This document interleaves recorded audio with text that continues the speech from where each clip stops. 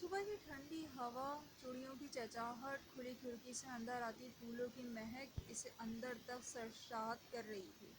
صبح کی سردی کی ہلکی ہلکی بارش خوشبو اس کی سانسوں میں کسی کی طرح خوشبو کے ساتھ گھل رہی تھی۔ اس کی نظر بار بار کھڑکی سے باہر کی طرف جا رہی تھی، جیسے بے صبری سے کسی کا انتظار کر رہی ہو۔ شیشے کے سامنے کھڑی بغور خود کا معائنہ کر رہی تھی۔ سفید رنگ کی شلوار قمیص پر سرخ رنگ کا دوپٹہ لیے، ہاتھوں میں سرخ رنگ کی چوڑیاں پہنے، بال کھلے چھوڑے، ہلکا سا میک اپ کیے وہ خوشی سے خود کو دیکھ رہی تھی جب شمائلہ اشفاق، اس کی والدہ کی آواز اس کے کانوں میں پڑی، ثنا۔ وہ خود کا دوپٹہ سر پر سیٹ کر رہی تھی جب شمائلہ بیگم اندر آ گئی۔ ان کی نظر ایک پل کو ثنا پر ٹھہر گئی۔ ماشاءاللہ، بہت پیاری لگ رہی ہے میری بچی۔ انہوں نے اس کے سر پر پیار کرتے ہوئے بالائیں لیں کہ ان کی مراد اور وجہ کی بس پہنچنے ہی والی ہے، تم جلدی سے نیچے آ جاؤ، وہ پیار سے کہتی ہوئی اس کی پیشانی چوم کر باہر چلی گئیں۔ ثنا کا رنگ گندمی تھا، مگر تنکے نقش کی وجہ سے وہ کسی حور پری سے کم نہیں لگتی تھی۔ گرے آنکھوں والی یہ معصوم لڑکی کسی کی بھی توجہ خود کی طرف مرکوز کرا سکتی تھی، مگر قسمت میں کہاں ان سب کو خوبصورتی راس آتی ہے۔ لوگ بھول جاتے ہیں انسان کا روپ نہیں، اس کی قسمت کا اچھا ہونا ضروری ہوتا ہے۔ باہر گاڑی کے ہارن کی آواز سن کر وہ کھڑکی کی طرف بھاگی۔ وجیہہ گاڑی سے باہر نکل رہی تھی، اس کی خوشی آج آسمانوں پر تھی۔ آج وجیہہ اور مراد 5 سال بعد کینیڈا سے پاکستان لوٹے تھے۔ وہ بغیر وقت ضائع کیے نیچے بھاگی تھی۔ سیڑھیاں اترتے وہ پتھر نما انسان سے بری طرح ٹکرائی تھی، جو ابھی گیٹ سے اندر داخل ہو رہا تھا۔ اس کے گرتے وجود کو اس نے ایک پل میں سنبھال لیا تھا۔ کیا ثنا، کبھی تو دیکھ کر چلا کرو، مراد اسے نرمی سے ڈانٹ رہا تھا۔ وہ اس کی خوشبو میں ہی کھو گئی تھی، اسے ہوش ہی کہاں تھا۔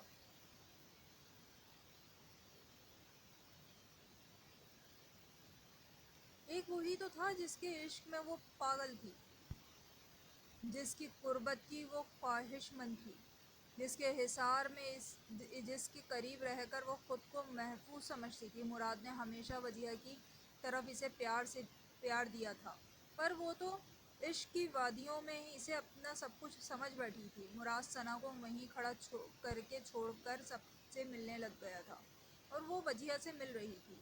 آج وہ بہت خوش تھی۔ مراد اس کی بچپن کی محبت ہے۔ شمائلہ اور فدا اب کچن میں تھیں، اور تینوں بچے سلطان اور اشفاق صاحب کے ساتھ لاؤنج میں بیٹھ کر خوش گپیاں کرنے لگے۔ وہ مراد اور وجیہہ کو گھر کے گیٹ پر چھوڑ کے ضروری کام کا کہہ کر خود ہسپتال کی جانب نکل گیا تھا، جہاں اس لڑکی کو 3 دن ہو گئے تھے۔ آج اسے چھٹی ملنی تھی۔ عادل نے ہسپتال پہنچتے ہی اس کے کمرے میں چھوٹے سے شیشے پر سے جھانک کر، جو گھبرائی ہوئی سی تھی، اپنے بیگ سے کچھ ڈھونڈ رہی تھی، اس کی پشت دروازے کی جانب تھی۔ ایک نظر اسے دیکھنے کے بعد عادل کاؤنٹر پر گیا اور کچھ فارمیلٹیز پوری کر کے فون اختر کو ملایا۔ اختر، اتفاق سے ہسپتال سے ایک لڑکی کو لے کر اس کے گھر پہنچا دو، ڈاکٹر سے کہہ دینا عادل حسن شاہ نے بھیجا ہے، تمہیں اس لڑکی سے ملا دیں گے، کہہ کر وہ اپنے آفس کی جانب نکل پڑا تھا۔ کچھ ہی دیر میں اختر ہسپتال پہنچ گیا تھا۔ ڈاکٹر اسے اس لڑکی کے کمرے میں لے گیا۔ مس، یہ اختر ہیں، آپ کو گھر چھوڑ دیں گے۔ اس نے اپنے پیچھے سے اچانک آواز پر وہ ڈر کر مڑ کر پیچھے دیکھا۔ گھبرائیے نہیں، ڈاکٹر نے سنجیدگی سے کہا۔ اس رات جو عادل صاحب آپ کو لائے تھے ہسپتال، انہوں نے بھیجا ہے، ڈاکٹر نے اسے مسکراتے ہوئے بتایا۔ نہیں، میں چلی جاؤں گی، وہ اٹکتے بولی۔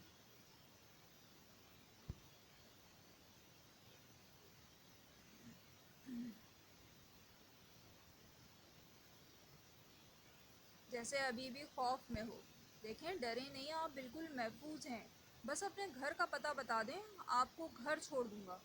یہ بولنے والا اختر تھا۔ وہ کچھ سوچنے لگی، اپنا بیگ پکڑا اور اختر کے ساتھ چل دی۔ اختر نے گاڑی ایک خستہ حال مکان کے سامنے روکی تھی۔ وہ ایک کمرے کا گھر تھا، جہاں چھوٹا سا صحن تھا، اندر ایک بڑھیا عورت بری طرح کھانس رہی تھی۔ اختر نے حیرانی سے اس کو دیکھا، جو آنکھوں میں نمی لیے اسے دیکھتے ہوئے گاڑی سے اتر کر گھر کو چل دی۔ اختر بھی عدیل سے ملاقات کی غرض سے آفس کی طرف نکل پڑا۔ وہ اپنے کمرے میں فون سن رہا تھا جب ثنا اچانک اندر آئی۔ مراد، تایا جان آپ کو بلا رہے ہیں۔ اسے دیکھ کر وہ ایک دم سے تبش میں آ گیا۔ یہ کیا بدتمیزی ہے ثنا؟ وہ غصے سے اس پر گرا تھا، جو بے یقینی سے اسے دیکھ رہی تھی۔ تمہیں تمیز ہی نہیں ہے کیا کہ بغیر اجازت کے کسی کے کمرے میں نہیں آتے؟ آئندہ میرے کمرے میں آنے سے پہلے دروازہ نوک کیا کرو۔ مجھے نہیں پسند کہ میرے ذاتی کمرے میں کوئی یوں منہ اٹھا کر گھس آئے۔ اتنے تلخ الفاظ مقابل کو بری طرح سے چبھے تھے۔ جی آئندہ سے خیال رکھوں گی، وہ سر نیچے کیے بول کر کمرے سے باہر نکل گئی۔ اپنے کمرے میں جاتے وہ بیڈ پر گرتے زور و شور سے رونے لگ گئی تھی۔ اسے یقین نہیں آ رہا تھا کہ وہ ایسے بھی اس سے بات کر سکتا ہے۔ وہ ایسے کیسے مجھ سے بات کر سکتا ہے؟ کیسے مجھے ڈانٹ سکتے ہیں؟ مطلب وہ مجھ سے پیار نہیں کرتے؟ وہ مجھے کیسے اپنے کمرے میں آنے سے منع کر سکتے ہیں؟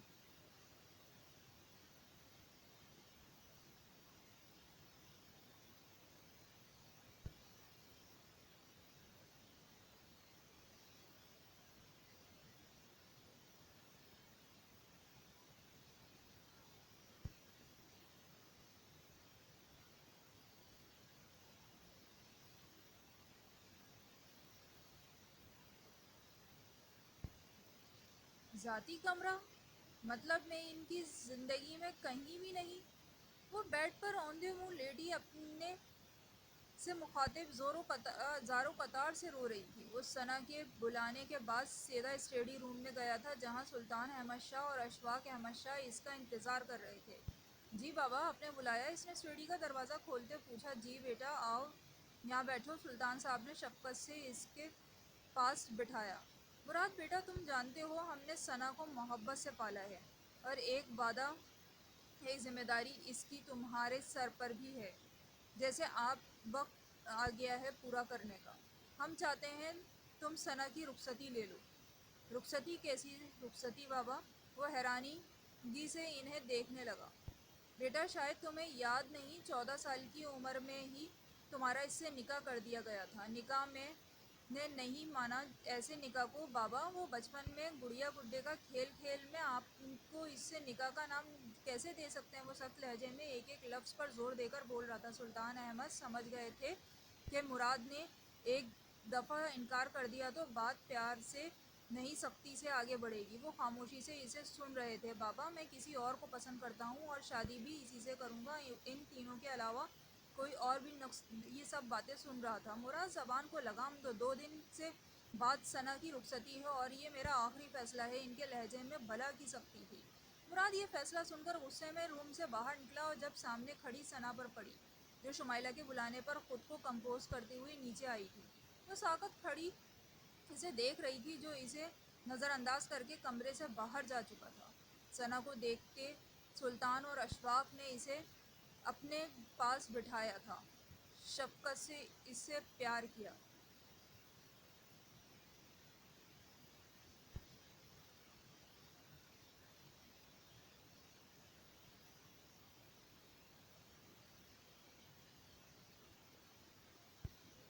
بیٹا ہم سمجھائیں گے اسے، وہ کینیڈا جا کے بگڑ چکا ہے، میں ٹھیک کر لوں گا، تم پریشان نہ ہو۔ اسے پیار کرتے ہوئے اشفاق صاحب نے سینے سے لگایا تھا۔ اختر آفس پہنچ کر عدیل کے روم میں داخل ہوا، جہاں وہ اس کا انتظار کر رہا تھا۔ سلام کر کے ایک طرف کھڑا ہو گیا۔ سر پر لڑکی بہت ہی غریب ہے، نام حیا بطول ہے اور ایک خستہ حال نما مکان میں زیر پذیر ہے۔ اس کے ساتھ ایک بوڑھی عورت ہے جو کافی حد تک بیمار ہے۔ وہ لڑکی جاب کرتی ہے۔ اس رات اس کے پاس سے ان تینوں آدمیوں کو اسے اٹھانے بھیجا تھا۔ لڑکی نے ماسٹرز کیا ہے، بچپن میں ہی ماں باپ گزر گئے تھے، تب اسے اس بوڑھی عورت نے پالا تھا اور اب وہ اس کے علاج کے لیے دن رات محنت کر رہی ہے۔ اختر کی باتیں وہ آنکھیں بند کر کے سکون سے سن رہا تھا۔ اختر کے چپ ہونے پر ایک کاغذ اور پین اس کی طرف بڑھایا۔ یہاں پتہ لکھ کر دو اس کا۔ اختر نے پتہ لکھ کر سامنے کیا، جیسے پڑھ کر وہ سمجھ گیا یہ کس جگہ ہوگی۔ پتہ کرو کس کمپنی میں کام کرتی ہے۔ باس یہ ڈیٹیل نکلواؤ۔ اختر کو آرڈر دیتا وہ آفس سے باہر چلا گیا۔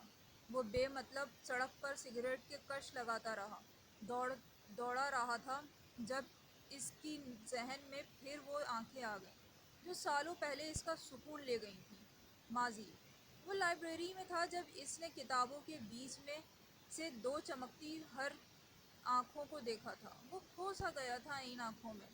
جب دوسری طرف سے اس لڑکی کے پاس جانے لگا تو وہ وہاں سے جا چکی تھی۔ حال اور گرین بیوٹی کہاں ہو تم؟ کہاں سے ڈھونڈوں میں تمہیں؟ وہ اسٹیئرنگ وہیل پر ہاتھ مارتا خود سے باتیں کر رہا تھا۔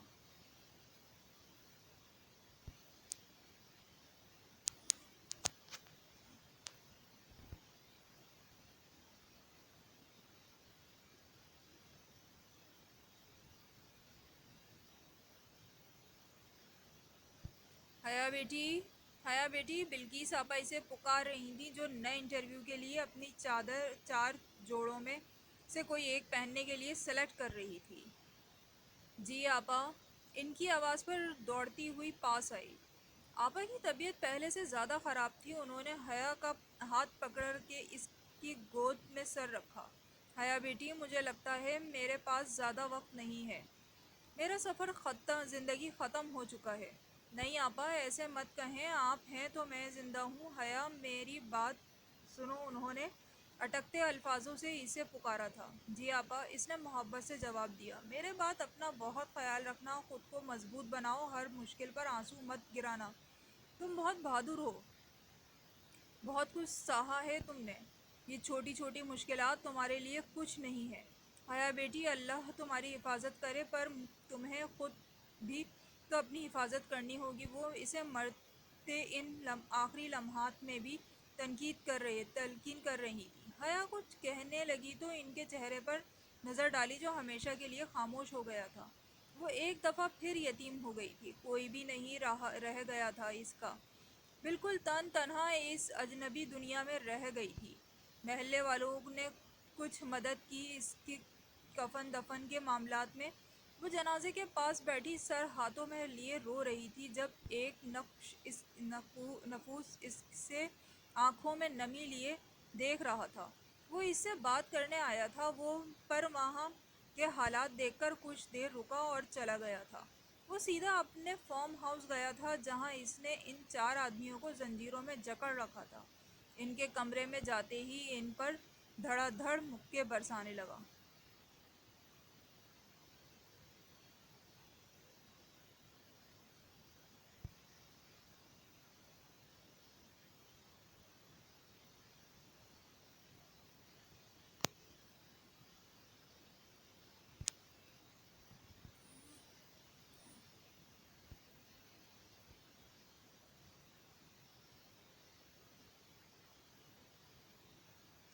وہ بھی انہیں مارنا نہیں چاہتا تھا، جاننا چاہتا تھا کہ حیا کو کس نے کہاں چھوا ہے، پر انہیں مارنا چاہتا تھا، پھر انہیں مارنا چاہتا تھا۔ وہ جب گھر آیا تو مراد اور ثنا کی مہندی کی تیاریاں چل رہی تھیں۔ گھر آ کر طبیعت کا کہہ کر کمرے میں بند ہو گیا تھا۔ مراد چونکہ اس شادی پر بالکل ناخوش تھا، ایک سائڈ بیٹھا سگریٹ کے کش لگا رہا تھا۔ وہیں دوسری طرف ثنا، جو اپنی محبت کی بے قدری پر آنسو بہا رہی تھی۔ اس وقت وہ اپنے ڈریسنگ کے سامنے بیٹھی تھی، گھڑی شام کے 7 بجا رہی تھی۔ 2 لڑکیاں اسے تیار کر رہی تھیں۔ کھڑکی سے سردیوں کی شام ٹھنڈی ہوائیں اس کے چہرے پر پڑتی اسے مزید اداس کر رہی تھیں۔ گرے کرتی، پنک شیشے کا لہنگا اور پیلے دوپٹے کے ساتھ ہلکے میک اپ میں وہ بلا کی خوبصورت لگ رہی تھی۔ وجیہہ شمائلہ بیگم کے کہنے پر اسے اوپر لے آئیں۔ ارے واہ میری بہن پلس بھابھی، تم آج کمال لگ رہی ہیں۔ اسے دیکھ کر ثنا دل میں مسکرا اٹھی تھی۔ اب خود کو ڈریسنگ ٹیبل کے سامنے جمائے رکھنا یا چلیں گی میرے ساتھ؟ وجیہہ کہتے ہوئے اسے کندھوں سے پکڑ کر کھڑا کر چکی تھی۔ پریشان نہیں ہونا ثنا، شادی کے بعد اپنی محبت میں رنگ بھر دینا بھائی کو، بس صبر کر رکھو، سب ٹھیک ہو جائے گا۔ وہ ثنا کو سینے سے لگاتی تنقید کرتی ہوئی ثنا انتظار میں سر ہلاتے اس کے ساتھ نیچے کو چل دی۔ اسٹیج کی طرف لے جا رہی تھی جہاں پہلے سے ہی مراد بیٹھا تھا۔ اسے سامنے سے آتا دیکھ کر ایک پل کو دل زور سے دھڑک کر اس پر اٹک گیا تھا۔ وجیہہ نے ثنا کو مراد کی بغل میں بٹھا دیا۔ اچانک کچھ یاد آنے پر مراد نے سر جھٹکا اور نظریں اس پر سے ہٹا لیں۔ مہندی کی رسم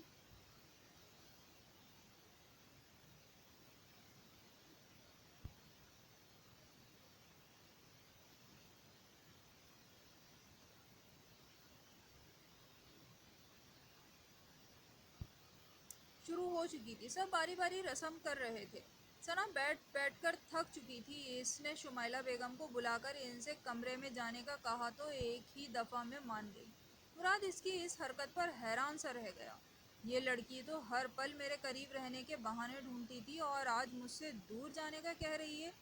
اس نے دل میں سوچا۔ جب تک ثنا جا چکی تھی کمرے میں آتے ہی اس نے اپنے کپڑے تبدیل کیے، وضو کیا اور جائے نماز پر نماز ادا کرنے لگ گئی۔ مراد بھی اس کے اٹھنے کے بعد اپنے کمرے کی طرف بڑھ گیا تھا۔ جب اس کے کمرے کے قریب سے گزرتے ہوئے نظر اس پر پڑی جو ہاتھ اٹھا کر رو رو کر دعا مانگ رہی تھی۔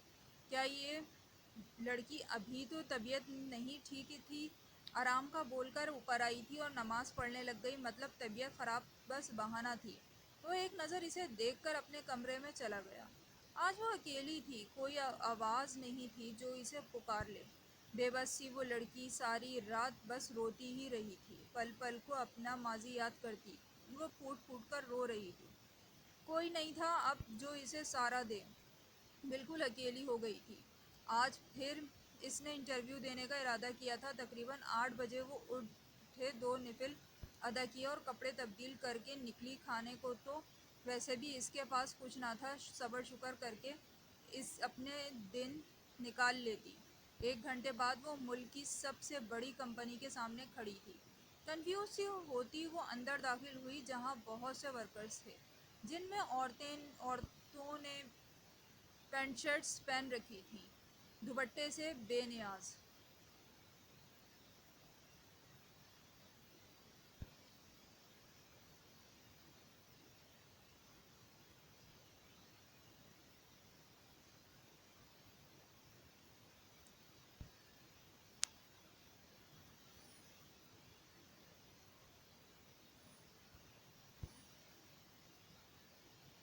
وہ لاپرواہی سی اپنے کاموں میں مگن تھی۔ وہ آہستہ آہستہ قدم اٹھاتی اندر کی جانب بڑھ رہی تھی جب مینیجر نے آ کر اسے روکا۔ رکیں میڈم، کہاں جا رہی ہیں آپ؟ اس نے رک کر سوال کیا۔ جی میں جاب کے لیے آئی ہوں، حیا نے سر جھکا کر جواب دیا۔ یہاں پر بہن جی ٹائپ کے لڑکیوں کو نوکری نہیں ملتی، جواب طنزیہ ہنسی کے ساتھ دیا گیا تھا۔ کیا مطلب ہے آپ کا؟ اس نے مصنوعی سے انداز میں پوچھا۔ مطلب یہ کہ یہاں کے رہن سہن کے مطابق آپ بالکل نہیں ہیں۔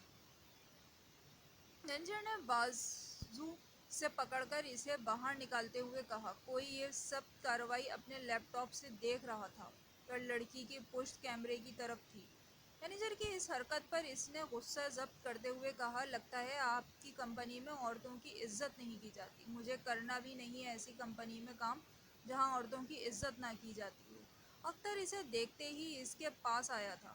ارے آپ یہاں؟ اس نے حیرانی سے اسے دیکھتے ہی پوچھا۔ جی اختر صاحب، آئی تو یہاں جاب کے لیے تھی، پر شاید یہ کمپنی میرے لائق نہیں۔ اس نے مینیجر کو گھورتے ہوئے اختر کو جواب دیا تھا۔ مینیجر نے حیرانی سے اختر سے پوچھا، سر آپ انہیں کیسے جانتے ہیں؟ اختر نے ایک نظر اسے گھورا۔ میں اسے کیسے جانتا ہوں یہ تم مجھے پر چھوڑ دو، باس کو اگر پتہ چلا تو اس کو جاب ملے نہ ملے، تمہاری جاب تو پکی گئی سمجھو۔ مینیجر اختر کی بات پر کافی گھبرا گیا تھا، اسے سچ میں اپنی نوکری جاتی دکھائی دے رہی تھی۔ حیا میڈم، وہ باس کا روم ہے، آپ چلے جائیں۔ حیا کو اس نے جانے کا بولا، جو انتظار میں سر ہلا کر آفس کی جانب بڑھ گئی۔ دروازہ نوک کیا، اندر آنے کی اجازت ملی۔ وہ آہستہ سے دروازہ کھول کر اندر گئی، جہاں خوبصورت نوجوان اپنی نشست پر سائٹ کر کے بیٹھا لیپ ٹاپ پر انگلیاں چلا رہا تھا۔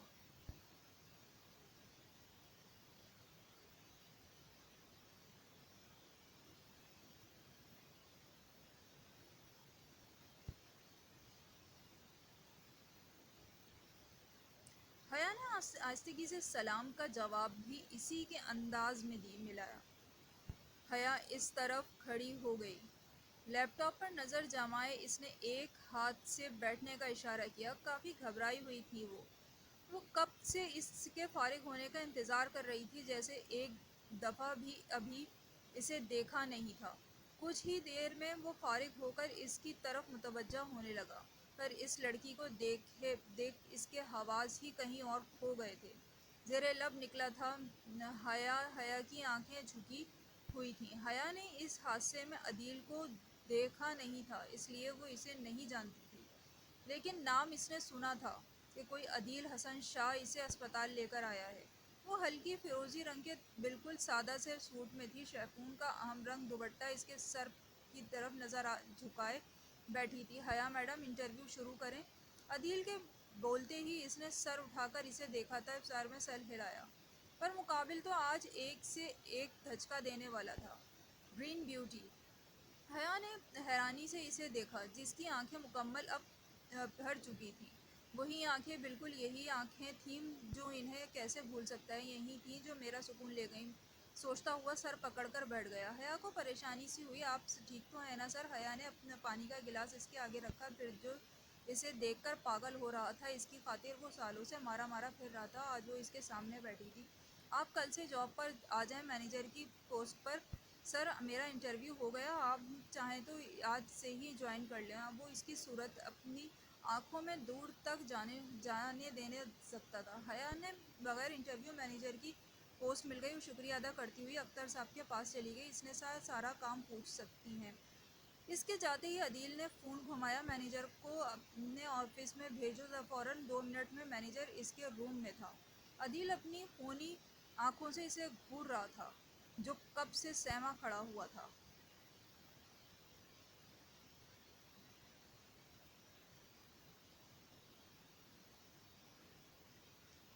خود ریزائن کرو گے یا میں اپنے طریقے سے ریزائن کروا دوں؟ عدیل نے سختی سے اس سے پوچھا تھا۔ نہیں سر، نوکری سے مت نکالیں پلیز۔ اس نے سر جھکا التجا کی تھی۔ دفع ہو جاؤ، تم جیسوں کی یہاں جگہ نہیں۔ پر سر پلیز، آئی سے گیٹ آؤٹ۔ سیکیورٹی، اس نے غصے سے سیکیورٹی کو بلایا۔ اس جاہل انسان کو دھکے دے کر یہاں سے نکال دو۔ عدیل آج شام میں جلدی ہی گھر لوٹ آیا تھا۔ ثنا کی رخصتی تھی آج وہ پوری طرح اس کے نام ہونے جا رہی تھی۔ مراد اور ثنا اسٹیج پر بیٹھے تھے۔ سرخ رنگ کی پیروں تک بہنی میکسی اسکن کلر کا دوپٹہ اسے بہت خوبصورت بنا رہا تھا، اور مراد کو یہ رنگ بہت زیادہ پسند بھی تھا۔ ثنا فنکشن کے بعد سلطان صاحب کے ساتھ لپٹ کر بچوں کی طرح رو رہی تھی۔ حالانکہ ایک کمرے سے دوسرے کمرے میں ہی تو جانا تھا، پر وہ اپنی قسمت پر رو رہی تھی۔ جس سے شادی ہوئی وہ اسے دیکھنا بھی پسند نہیں کرتا تھا۔ کہانی ابھی جاری ہے، چینل کو سبسکرائب کرنا نہ بھولیے گا، ویڈیو کو شیئر کریں اور لائک کریں، اپنی رائے سے ضرور آگاہ کریں۔ اپنا اور اپنے ارد گرد کے لوگوں کا بہت خیال رکھیں۔ بہت شکریہ۔